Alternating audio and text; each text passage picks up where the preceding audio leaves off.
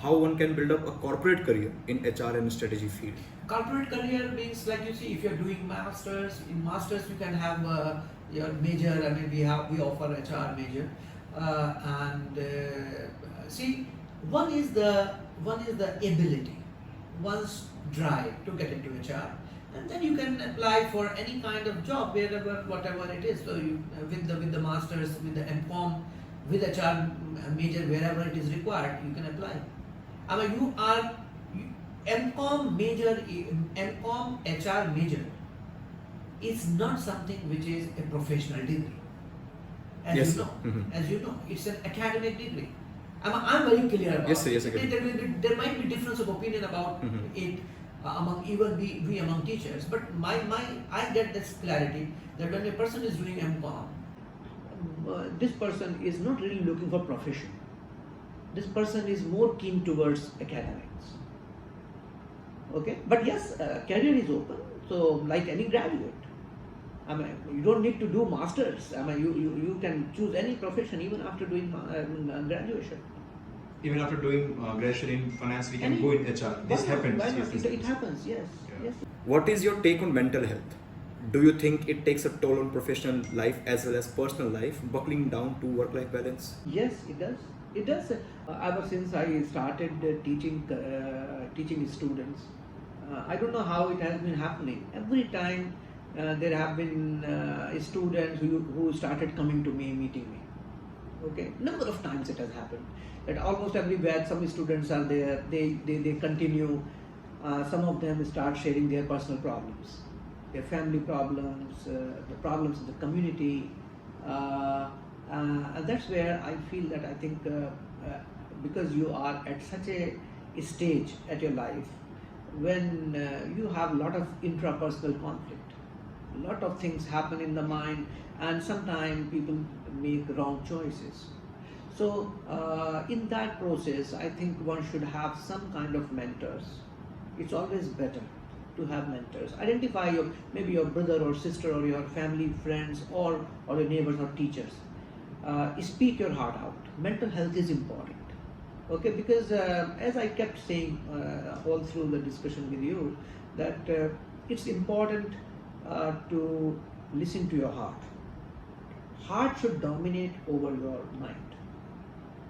Okay, when your mind starts dominating over yourself, then somewhere you start making compromises. Somewhere you start looking at short-term returns. You start losing patience, and that is where your mental health gets disturbed. That is where I'm talking about an individual.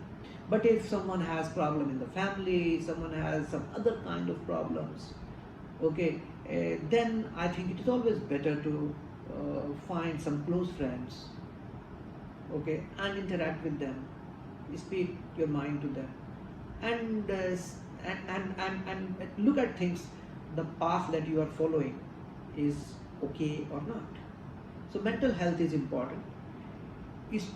Another thing which is important is that all students at your age, they should have a hobby. They should start spending some time on hobby. When you start spending time on your hobbies, what happens in your mind is that you get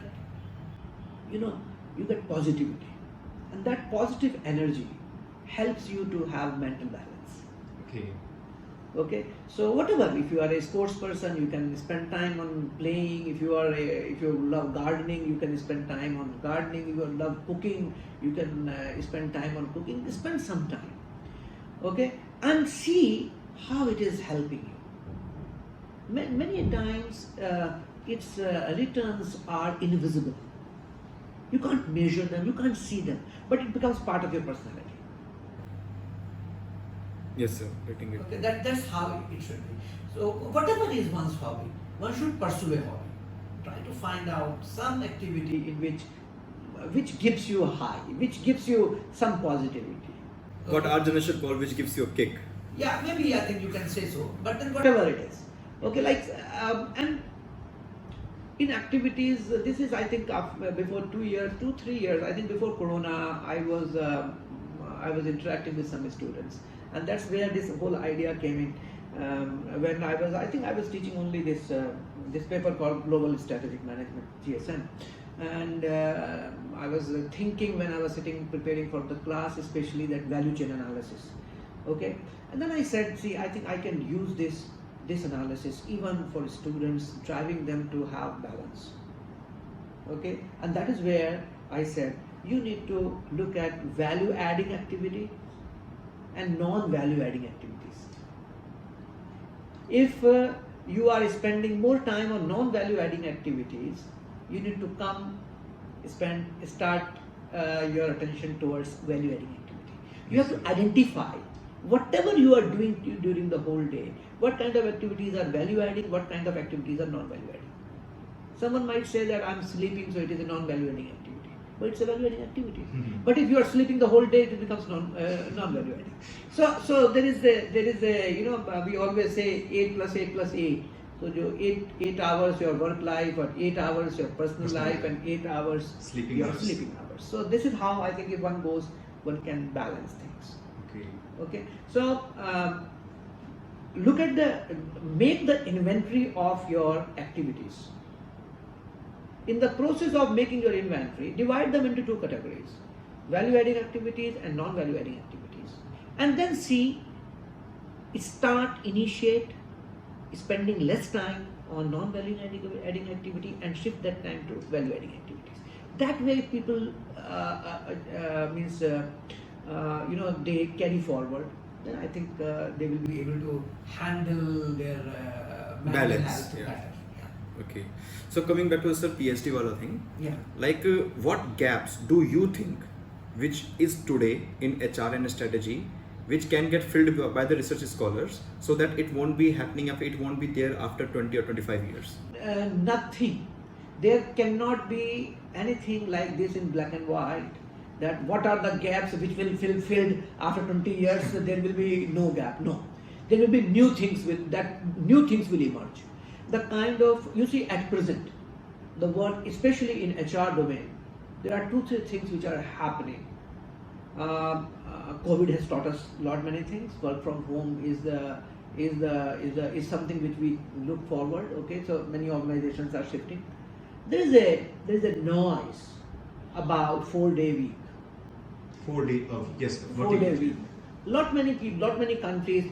Spain has already started. Microsoft is already experimenting with this in some of the countries, and many other countries are also getting in. Especially when we look at the countries from the Nordic side. Okay, I think this is where people are talking about that if you are putting your heart into work, even if it is less of a time, your productivity is better, your efficiency level is better. It is useless sitting the whole day in the office and doing nothing. I mean, you are just showing to the organization that there is a login period and log out period. So you are there. Your presence is immaterial. What is material is what you are producing. What is your efficiency level? What you are transacting? What you are performing? So for HR, it is another challenge. Third thing, which is traditional yet important. HR is considered as a staff function. Okay? Almost all other functions, whether it is finance, marketing, production or whatever, it is considered a line function. So HR is still thriving to have a place in the decision making process. Okay. So I think many people are working on it, and people are exploring the ways through which there is a proper measurement of HR performance, so that it also becomes a line function. This is one kind of argument, but there is a school which believes that what is the harm in having it as a staff function? Every manager has to be a HR manager, whether he is a marketing manager or a production manager or a marketing manager. They have to manage the people. They have to manage the people. So that is also, so this kind of discussions are happening, and there is a huge scope for research. Not many people are working on this. Okay. Another thing is the use of technology. Technology is intervening. Technology is helping HR function in order to measure their performance. There are real-time apps, real-time engagements happening. So that's also one thing that can be looked at. Okay. Personally, I feel that this is my area of work, which I always happy workers are productive workers. Yes, sir. If employees are happy, They will be they productive. they will be productive, they will be efficient. Like what Vinit Nair said, employees first, customers second. If you are having happy employees will always bring happy customers. Getting it, sir. Okay, so happy customers means where you are serving them value for their money. Okay, so you can get that surety from your employees only when you are serving that value to your employees. Okay, yeah. Huh. Okay, so when you serve the value to your employees, They will serve the value to the customers. Yeah. So that is what is when we say happy workers and productive workers. So that this is also one area where not many people are working. So the last question, sir. What's your life mantra? I mean, many people want to know this. Enjoy life as it comes. Live in the present. Enjoy life as it comes. Learn lessons from the past. Never forget the past. Past is important. Past is your foundation. So keep connected with the people who have played key role in your bringing up. When the opportunity comes, repay back. Repay back. Repay Okay. back, because that is very important for us. But keep enjoying, keep rocking whatever you are doing. That's very important. And as I told in between, when you don't have what you like, you should like what you have. Yeah. Okay. So like some students related to M.Com, they never wanted to do M.Com, they get into M.Com.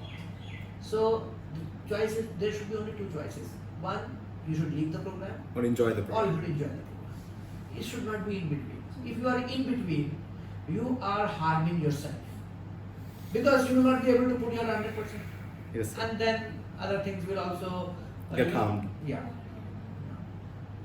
That's it, sir. Okay. Thank you very much. Thank you so Vikas. much.